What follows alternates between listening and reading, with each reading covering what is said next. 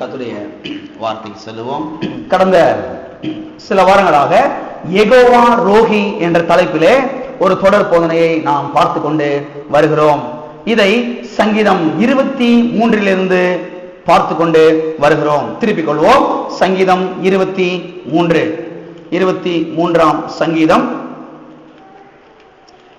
ஞாயிற்றுக்கிழமை காலையிலே சங்கீதம் 91 பார்த்து கொண்டு வருகிறோம்.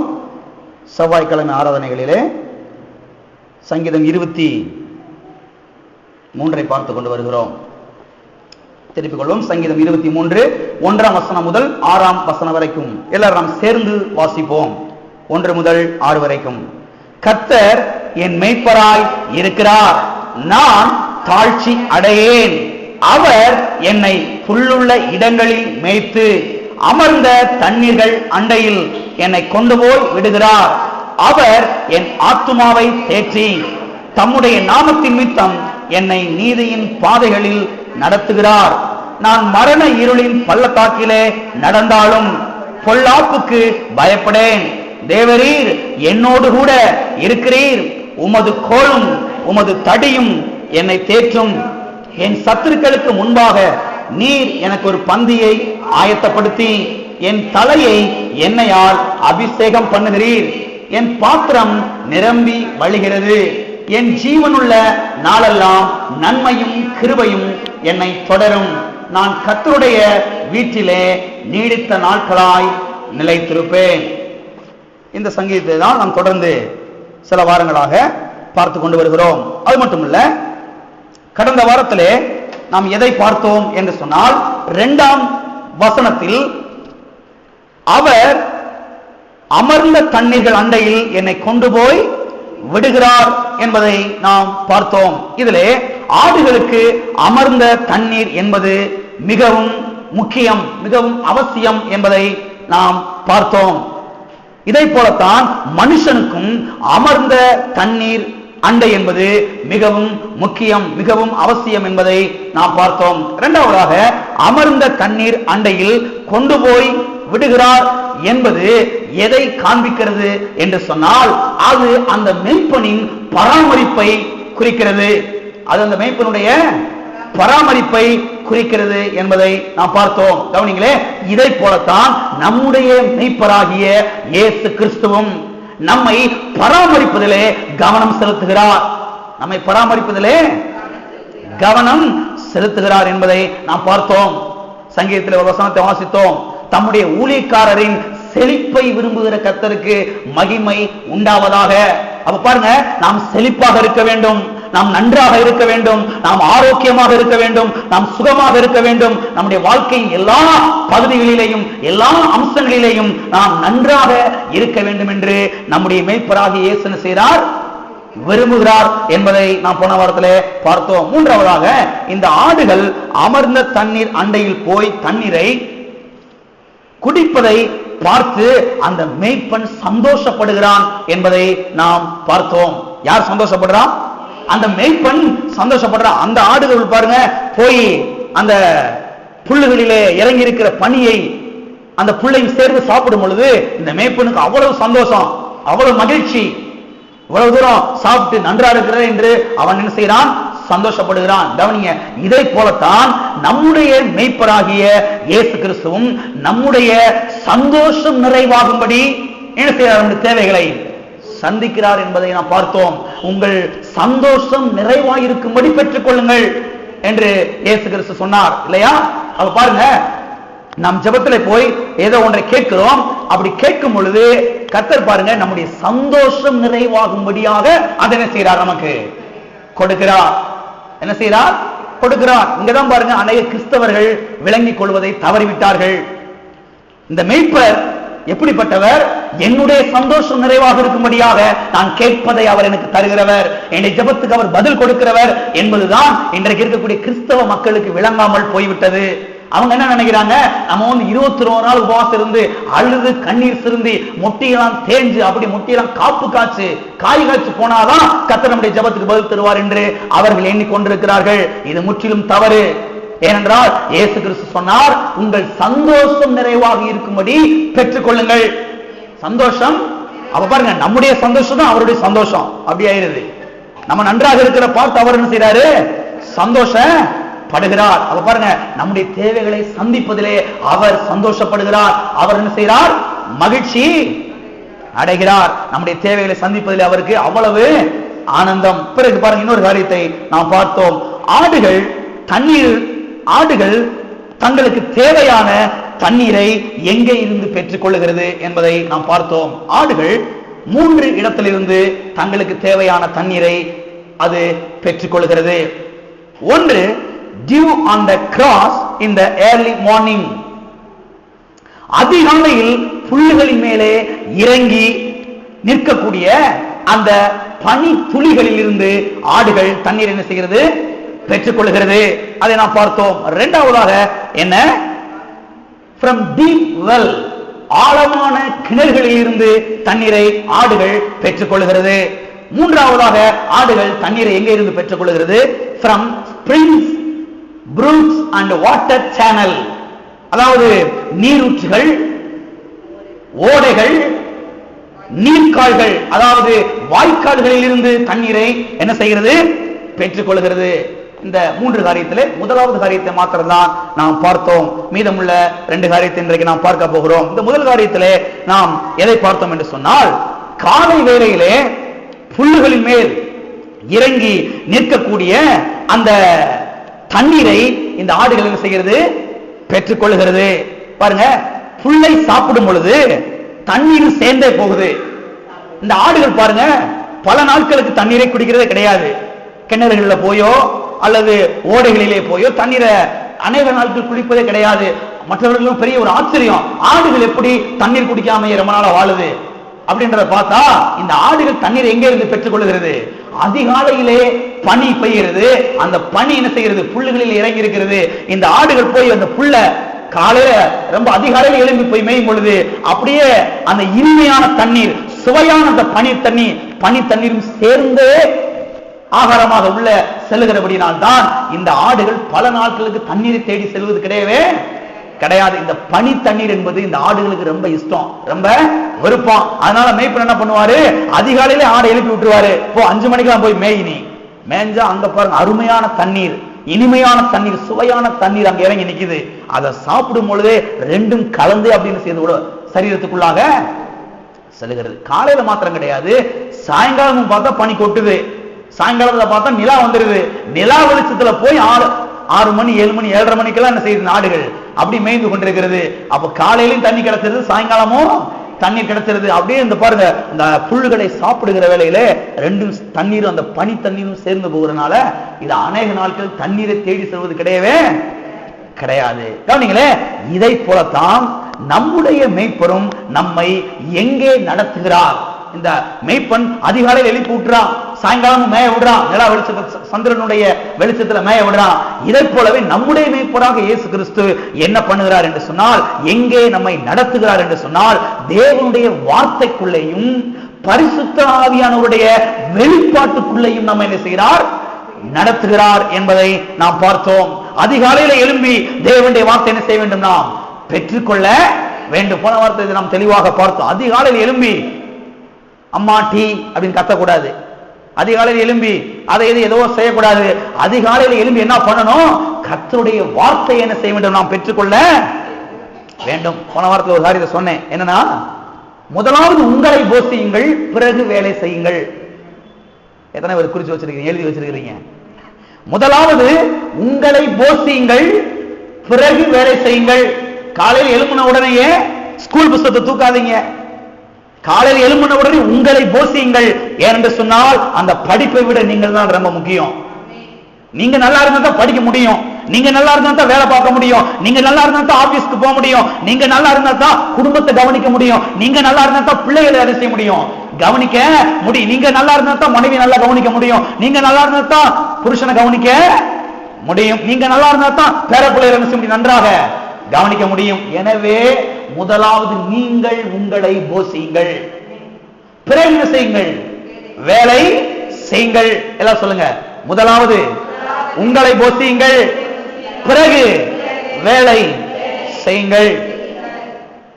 சரி, இன்றைக்கு மற்ற அந்த 2 காரியத்தை நாம் பார்ப்போம். முதலாவதாக, ஆடுகள் அந்த அதிகாலை வேளையிலே பனிகள் இறங்கி அங்கே நிற்கிற அந்த தண்ணீரை அதை என்ன செய்யறது?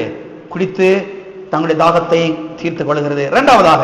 இரண்டாவதாக எங்கே இருந்து தண்ணீரை பெற்றுக் கொள்ளுகிறது என்று சொன்னால், ஃப்ரம் டீப் வெல், ஆழமான கிணறுகளில் இருந்து தண்ணீரை ஆடுகள் பெற்றுக் கொள்ளுகிறது.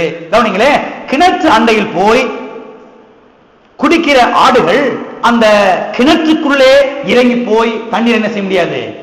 குடிக்க முடியாது. ஏனென்றால் அந்த காலத்திலே பார்த்தீர்கள் என்று சொன்னால் பெரிய பெரிய கிணறுகள் என்ன செய்யும் இருக்கும். அது மட்டுமல்ல, அந்த கிணறுகளை பார்த்தீங்கன்னா பெரிய பெரிய பட்டிய கல்களாலே போட்டு என்ன செஞ்சிருப்பாங்க? மூடி வச்சிருப்பாங்க. இன்றைக்கும் கூட கிராமங்களுக்கு நீங்கள் சென்று போய் பார்த்தீர்கள் சொன்னால் பெரிய கிணறு இருக்கும். அந்த கிணறு மேல என்ன செஞ்சிருப்பாங்க? பெரிய பெரிய பெரிய பட்டியகளை கொண்டு போய் செஞ்சிருப்பாங்க. 10-15 ஆட்கள்லாம் போய் சேர்ந்து என்ன செஞ்சிருப்பாங்க? மூடி வச்சிருப்பாங்க. இன்றைக்கு தேவைய தண்ணீர் அன்றைக்கு லேசா திறந்து என்ன செய்வாங்க? தண்ணீர் எடுத்து பயன்படுத்திக் கொள்வார்கள். பாருங்க, அந்த காலத்துல இந்த ஆடுகளுக்கு தண்ணீர் பாருங்க, இந்த கிணற்றிலிருந்து பெற்றுக்கொள்ள அதுக்கு அந்த கிணறை வெட்டி வச்சிருக்கிறாங்க. இந்த பெரிய பெரிய கிணறுகளில் இறங்கி இந்த ஆடுகள் என்ன செய்ய முடியாது? குடிக்க முடியாது. எனவே பாருங்க, இந்த ஆடுகள் என்ன பண்ணுமாம்? இந்த ஆடுகள் எல்லாம் அந்த கிணற்றின் அருகே போய் நிற்குமாம். அப்படி நிற்கிற வேளையிலே அந்த மேய்ப்பன் என்ன பண்ணுவாராம்? கிணற்றில் உள்ள அந்த கல்லை தூக்கி போட்டு, அந்த பட்டிய கல்லை எடுத்து போட்டு கிணற்றுக்குள்ளே இறங்கி போய் தண்ணீரை மூண்டு கொண்டு வந்து அந்த வாய்க்கால்களிலே ஊற்றுவானாம். அங்க சில தொட்டிகளை வச்சிருப்பாங்க, பெரிய பெரிய தொட்டி மாதிரி சில வாய்க்கால்கள் வச்சிருப்பாங்க. இந்த மேய்ப்பன் கிணற்றுக்குள்ள போய் இறங்கி, அவனுக்கு சரீரம் வலிக்கத்தான் செய்யுது, கொஞ்சம் கஷ்டமா தான் இருக்குது. இருந்தாலும் ஆடுகள் மேல அவனுக்கு அவ்வளவு கரிசனை, ஆடுகள் மேல அவ்வளவு அவனுக்கு அக்கறை இருக்கிறபடினாலே, என்னுடைய ஆடுகள் நன்றாக இருக்க வேண்டும் என்று அவன் விரும்புகிறபடினாலே இவனுடைய சரீர அந்த களைப்பை அவன் எண்ணி பார்த்தது கிடையவே கிடையாது. அவன் உள்ள இறங்கி போய் பாருங்க, முண்டு கொண்டு வந்து என்ன செய்யறான்? தண்ணீரை ஊற்றுகிறான். என்ன செய்யறான்? ஊற்றுகிறான். அவ்வளவு ஆடுகளுக்கு என்ன செய்யறான்? ஆடுன கொஞ்சம் நஞ்சமா இருக்கும், நிறைய ஆடு என்ன செய்யும்? அவ்வளவு ஆடுகளுக்கு என்ன செய்யும்? தண்ணீரை ஊற்ற வேண்டும். கவனிங்க, அவர்கள் திருப்தி அடையும் வரைக்கும் அவன் அந்த ஆடுகளுக்கு என்ன செய்வான்? தண்ணீரை ஊற்றுவான். ஏனென்றால் அந்த ஆடுகள் மேலே அவனுக்கு அவ்வளவு கரிசனை, அவ்வளவு அக்கறை இருக்கிறபடினாலே தான் இவ்வளவு வேகமாக தண்ணீரை மூண்டு கொண்டு என்ன செய்யறான்? ஆடுகளுக்கு ஊற்றுகிறான். வாசிப்போம். ஆதியாகமம் 29ஆம் அதிகாரம். ஆதியாகமம் 29 1ஆம் வசனம் முதல் 3ஆம் வசனம் வரைக்கும் நான் வாசிக்கிறேன். கவனிங்கள். இதே பகுதியை நீங்கள் யாத்ராகமம் 2ஆம் அதிகாரம் கடைசி பகுதியிலே கூட நீங்கள் வாசிக்கலாம்.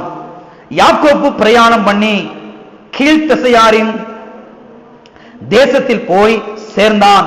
அங்கே வயல் வெளியிலே ஒரு கிணற்றையும் அதன் அருகே மடங்கி இருக்கிற 3 ஆட்டு மந்தைகளையும் கண்டான். எத்தனை ஆட்டு மந்தை? 3 ஆட்டு மந்தை. ஆட்டு மந்தைனா ஒரு ஆடு இருக்காது, ஒரு மந்தையில ஏராளம் ஆடு இருக்கும், ஒரு மந்தையில ஏராளம் ஆடுகள் இருக்கும். அந்த கிணற்றிலே மந்தைகளுக்கு தண்ணீர் காட்டுவார்கள். அந்த கிணற்றின் வாய் ஒரு பெரிய கல்லினால் அடைக்கப்பட்டு இருந்தது. அவ்விடத்தில் மந்தைகள் எல்லாம் சேர்ந்த பின் கிணற்றின் வாயில் இருக்கும் அந்த கல்லை மேய்ப்பர் புரட்டி ஆடுகளுக்கு தண்ணீர் காட்டி மறுபடியும் கல்லை முன்னிருந்தபடி கிணற்றின் வாயில் வைப்பார்கள். இந்த வாஸ்தவரை உங்களுக்கு விளங்கி இருக்கும், விளக்கம் கொடுக்க தேவையே இல்லை. யாத்ராகமத்திலே வாசிக்கிறோம். மோசே என்ற அந்த தேவனுடைய மனுஷன் அங்க வரக்கூடிய சில பெண்களுக்கு உதவி செய்து அந்த பெண்கள் மேய்க்கக்கூடிய ஆடுகளுக்கு உதவி செய்து தண்ணீரை அவன் தொட்டிகளிலே ஊற்றினான் என்று நாம் வாசிக்கிறோம். எனவே பாருங்க, இந்த பெரிய பெரிய கிணறுகள் அண்டையிலே போய் இந்த ஆடுகள் அப்படி நிற்கும் பொழுது இந்த மேய்ப்பன் என்ன செய்யறான்? இந்த கல்லை புரட்டி தள்ளி அவன் இந்த கிணற்றுக்குள்ள இறங்கி தண்ணீரை மூண்டு கொண்டு வந்து அவ்வளவு ஆடுகளுக்கு என்ன செய்யறான்? ஊற்றுகிறான். அந்த ஆடுகள் திருப்தி அடைகிற வரைக்கும், அந்த ஆடுகள் என்ன செய்ய வரைக்கும்? திருப்தி அடைகிற வரைக்கும் என்ன செய்யறான்? ஊற்றுகிறான். ஏனென்றால் இவனுக்கு அந்த ஆடுகள் மேலே அவ்வளவு கரிசனை, அவ்வளவு அக்கறை என்ன செய்கிறது இருக்கிறது. கவனிங்களே, இதை போலத்தான் நம்முடைய மேய்ப்பரும் நம்மை ஆழமான கிணறுகளில் இருந்து குடிக்க பண்ணுகிறார். நம்ம என்ன செய்யறார்? ஆழமான கிணறுகளில் இருந்து குடிக்க பண்ணுகிறார். நம்முடைய மேய்ப்பராகிய இயேசு கிறிஸ்துவும் நம்மை ஆழமான கிணறுகளில் இருந்து என்ன செய்கிறார்? குடிக்க பண்ணுகிறார். சரி, ஆழமான கிணறு என்பது எதை குறிக்கிறது? ஆழமான கிணறு என்பது எதை குறிக்கிறது? கவனிங்களே, ஆழமான கிணறு என்பது சத்தியத்தின் ஆழத்தை குறிக்கிறது. சத்தியத்தின் ஆழத்தை குறிக்கிறது. எத்தனை பேர் வாழ்க்கையில வெற்றி பெறணும் விரும்புறீங்க? நல்ல கவனிங்க, சத்தியத்தை நீங்கள் ஆழமாக அறிந்து கொள்ளும் பொழுதுதான் வாழ்க்கையில பெரிய வெற்றியை நீங்கள் பார்க்க முடியும். ஏதோ சத்திய வேதத்தை மேலோட்டமா ஒரு 10 வசனத்தை வாசித்தாப்புல வாழ்க்கையில வெற்றி உண்டாகி விடாது. சத்தியத்தின் ஆழத்தை நீங்கள் போய் பார்க்க வேண்டும். சத்தியத்தின் ஆழத்துக்குள்ளாக சென்று நீங்கள் அங்கே போய் என்ன செய்ய வேண்டும்? அந்த காரியங்களை அறிந்து கொள்ள வேண்டும். அப்படி அறிந்து கொள்ளும் பொழுதுதான் நீங்கள் வாழ்க்கையில் பெரிய வெற்றி செய்ய முடியும், பார்க்க முடியும். மெய்ப்பன் ஆழமான கிணறுகளுக்குள்ளே சென்று அவன் தண்ணீரை மூண்டு கொண்டு வந்து அந்த ஆடுகளுக்கு ஊற்றுகிறான். இந்த ஆழம் என்பது எதை குறிக்கிறது? நமக்கு சத்தியத்தின் ஆழத்தை என்ன செய்கிறது? குறிக்கிறது. வாசிப்போம். சங்கீதம் 42 சங்கீதம் 7ஆம் வசனம். 42ஆம் சங்கீதம் 7வது வசனம் வாசிக்கிறேன், கவனிங்கள். உமது மதகுகளின் இறைச்சலால் ஆழத்தை ஆழம் கூப்பிடுகிறது, உமது அலைகளும் திரைகளும் எல்லாம் என்மேல் புரண்டு போகிறது. நீங்கள் கவனிக்க வேண்டிய வார்த்தை என்ன? ஆழத்தை ஆழம் கூப்பிடுகிறது. ஆழத்தை ஆழம் கூப்பிடுகிறது. எது எதை கூப்பிடுதா? ஆழத்தை ஆழம் கூப்பிடுகிறதா? கவனிங்களே, கடலின் ஆழம் நம்ம என்ன செய்கிறது? அழைக்கிறது. கடலின் ஆழம் என்ன செய்கிறது? நம்மை அழைக்கிறது. இன்னும் கொஞ்சம் வா, இன்னும் கொஞ்சம் வா என்று கடலின் ஆழம் என்ன செய்கிறது? நம்மை அழைக்கிறது. சரி, எதற்காக இந்த கடலின் ஆழம் நம்மை அழைக்கிறது? எதற்காக இந்த கடலின் ஆழம் நம்மை கூப்பிடுகிறது? நீ கரையில் நின்னா கடலுக்குள்ள இருக்கக்கூடிய ஆழத்தை என்ன செய்ய முடியாது. அதுல அந்த கடலினுடைய ஆழத்துக்குள்ள இருக்கக்கூடிய அதிசயங்களை என்ன செய்ய முடியாது, நீங்கள் பார்க்க முடியவே முடியாது. கடலின் ஆழத்துக்குள்ளே சென்றால்தான் நீங்கள் அங்கே இருக்கக்கூடிய அதிசயங்களை என்ன செய்ய முடியும், பார்க்க முடியும். சரி, இந்த ஆழம் எதற்காக கூப்பிடுகிறது? வாசிப்போம். சங்கீதம் 107ஆம் சங்கீதம் எதற்காக இந்த ஆழம் நம்மை கூப்பிடுகிறது? 107ஆம் சங்கீதம் 24வது வசனம் வாசிக்கிறேன், எல்லாரும் கவனிங்கள். அவர்கள் கர்த்தருடைய கிரியைகளையும் ஆழத்திலே அவருடைய அதிசயங்களையும் காண்கிறார்கள். ஆழத்திலே அவருடைய அதிசயங்களையும் காண்கிறார்கள். எல்லாம் சொல்லுங்க, ஆழத்திலே அவருடைய அதிசயங்களையும் காண்கிறார்கள். ஆழத்துக்குள்ள எதை காண்கிறார்களா? அதிசயங்களை காண்கிறார்களா? கவனிங்க, கடலின் கரையோரத்துல நின்று பார்த்தால் ஒரு அதிசயத்தை என்ன செய்ய முடியாது, நீங்கள் பார்க்க முடியாது. எத்தனை பேர் கரை ஓரத்தில் நின்று அதிசயத்தை பார்த்திருக்கிறீங்க? அப்படிதான் பார்க்க முடியவே முடியாது. சில ஆட்கள் ஆராய்ச்சி பண்றதுக்காக கடலுக்குள்ள போறாங்க. உள்ள போய் கேமராவை வச்சு வீடியோ எடுத்து செய்றாங்க. அதை கொண்டு வந்து டெலிகாஸ்ட் பண்றாங்க, டிவில வந்து ஒளிபரப்புறாங்க. நம்ம தான் டிவில பாக்குறோம் இல்லையா? சில டிவிகள் எல்லாம் பாக்குறோம், இந்த டிஸ்கவரி சேனல், அனிமல் பிளான்ட், சில நேஷனல் கிராபிக்ஸ் இல்லையா, அப்படி சில டிவிகள் இருக்கு இல்லையா? அந்த டிவில பாத்தீங்கன்னா நீங்க பார்க்கலாம், கடவுள் எவ்வளவு பெரிய அதிசயங்களை இந்த கடலுக்குள்ளே சிருஷ்டித்து வைத்திருக்கிறார். அதான் மனுஷன் பார்க்கல, போய் ஏராளம் மனுஷன் பார்க்கல, சில ஆட்கள் உள்ள போய் அதெல்லாம் கேமரா பண்ணி வீடியோ எடுத்து செய்றாங்க, கொண்டு வந்து டிவில டெலிகாஸ்ட் பண்றாங்க. அதெல்லாம் பார்க்கும்போது கர்த்தரை துதிக்காம என்ன செய்ய முடியல இருக்கு. அவ்வளவு அதிசயமா இருக்குது உள்ள. இப்படிலாம் இருக்குதா உள்ள? இப்படிலாம் உள்ள இருக்குதா? அப்ப பாருங்களேன், கடலின் கரையோரத்தில் நின்று பார்த்தால் ஒரு அதிசயத்தை என்ன செய்ய முடியாது, பார்க்க முடியாது. கடலின் ஆழத்துக்குள்ளே சென்று பார்த்தால்தான் கர்த்தருடைய அதிசயங்களை என்ன செய்ய முடியும், பார்க்க முடியும். கவனிங்க, இதை போலத்தான் சத்திய வேதத்தை சும்மா ஒரு 10 நிமிஷம் அப்படி வாசிட்டு போனா ஒரு அதிசயத்தை என்ன செய்ய முடியாது, பார்க்க முடியவே முடியாது. சில கிறிஸ்தவங்க பார்த்தா அவசர அவசரமா வேகமா வாசிட்டு ஓடிடுவாங்க. காலேஜுக்கு போகணும், ஸ்கூலுக்கு போகணும், வேலைக்கு போகணும், ஆபீஸ்க்கு நேரமாச்சு, ஆபீசர் திட்டுவார்னு சொல்லி வேகமா பைபிள் எடுப்பாங்க, கடகடன் 2 வசனத்தை வாசித்து தூக்கி போட்டு நினைச்சிடுவாங்க, வேகமாக ஓடி விடுவார்கள். அப்படிப்பட்டவர்களாலே கர்த்தருடைய இந்த அதிசயங்களை, சத்தியத்தின் ஆழத்தை அவர்கள் அறிந்து கொள்ள முடியவே முடியாது. எத்தனை விளங்குது பாருங்க. சத்தியத்தின் ஆழத்தை நீங்கள் பார்க்க வேண்டும் என்று சொன்னால் அதற்கு கொஞ்சம் நேரம் என்ன செய்யுது எடுக்குது, கொஞ்சம் டைம் என்ன செய்யுது எடுக்குது. அப்ப பாருங்க, சத்திய வேதத்தை சும்மா ஏதோ ஒரு 10 நிமிஷம் வாசித்து விட்டு மூடி வைத்து விட்டால் ஆழமான சத்தியங்களை என்ன செய்ய முடியாது, பார்க்க முடியாது. தொடர்ந்து வாசித்துக் கொண்டே என்ன செய்ய வேண்டும், இருக்க வேண்டும். தொடர்ந்து வாசித்துக் கொண்டே இருக்கும் போதுதான், அதிலே முழு கவனத்தை செலுத்தி வாசித்தால் தான் அதிசயங்களை என்ன செய்ய முடியும், பார்க்க முடியும். சத்தியத்தின் ஆழத்தை என்ன செய்ய முடியும், நீங்கள் பார்க்க முடியும். கவனிங்களே, சில சமயங்கள்ல சத்திய வேதத்தை வாசிக்கும் போது அந்த வசனம் என்ன செய்யறது, நமக்கு விளங்குகிறது இல்ல. அப்படி விளங்காதனால என்ன பண்ணிடுறோம், அப்படி நின்றோம். ஏடா ஒண்ணுமே விளங்கலையே, வசனம் என்ன செய்யல, ஒண்ணும் புரியலையே, தலையும் புரியல காலும் புரியலன்னு சொல்ற மாதிரி, ஒண்ணும் என்ன செய்யலையே, எனக்கு புரியலையே என்று பாருங்க, நாம் அப்படியே நின்று விடுகிறோம். ஆண்டவரே, இந்த வசனம் எனக்கு புரியலையே, இது எனக்கு விளங்கலையே என்று பாருங்க, அப்படி என்ன செஞ்சிடும், உட்கார்ந்து விடுகிறோம். ஆனால் ஆடுகளை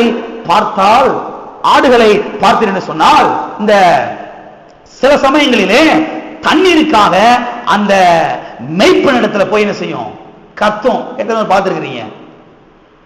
இந்த ஆடுகள்லாம் போய் மேய்ப்பண்ட யாரு மேய்க்கிறாங்களோ அந்த மேய்ப்பன் பக்கத்துல போய் நின்று அப்படி கத்தும். அந்த மேய்ப்பனுக்கு தெரியும் இது சாப்பாட்டுக்காக கத்துதா இல்ல தண்ணீருக்காக கத்துதா என்று அந்த மேய்ப்பன் அதை நன்றாக அறிந்து வைத்திருக்கிறான். கவனிங்களே, இந்த ஆடுகள் அந்த மேய்ப்பனிடத்திலே போய் என்ன செய்யுது, அப்படியே கத்துகிறது. நாலாம் பாருங்க, சிறு வயசுல இதை நான் பார்த்திருக்கிறேன். ஆடுகள்லாம் போய் எங்க அப்பா பக்கத்துல போய் நின்னுக்கிறாரு, நின்று அப்படி கத்தும், மேன் கத்தும். அந்த சத்தம் அவருக்கு நல்லா தெரியும். உடனே அவர் சொல்லுவாரு, டே ஆட்டுக்கு தண்ணி எல்லாம் எடுத்து ஊத்துங்கடா, தண்ணிக்கு என்ன செய்யுது, கத்துது. உடனே பாருங்க, தண்ணி எடுத்து வேக ஊத்துனா அது நல்லா குடிச்சு என்ன செய்யும், அப்படியே போய் படுத்து இளைப்பாறும்.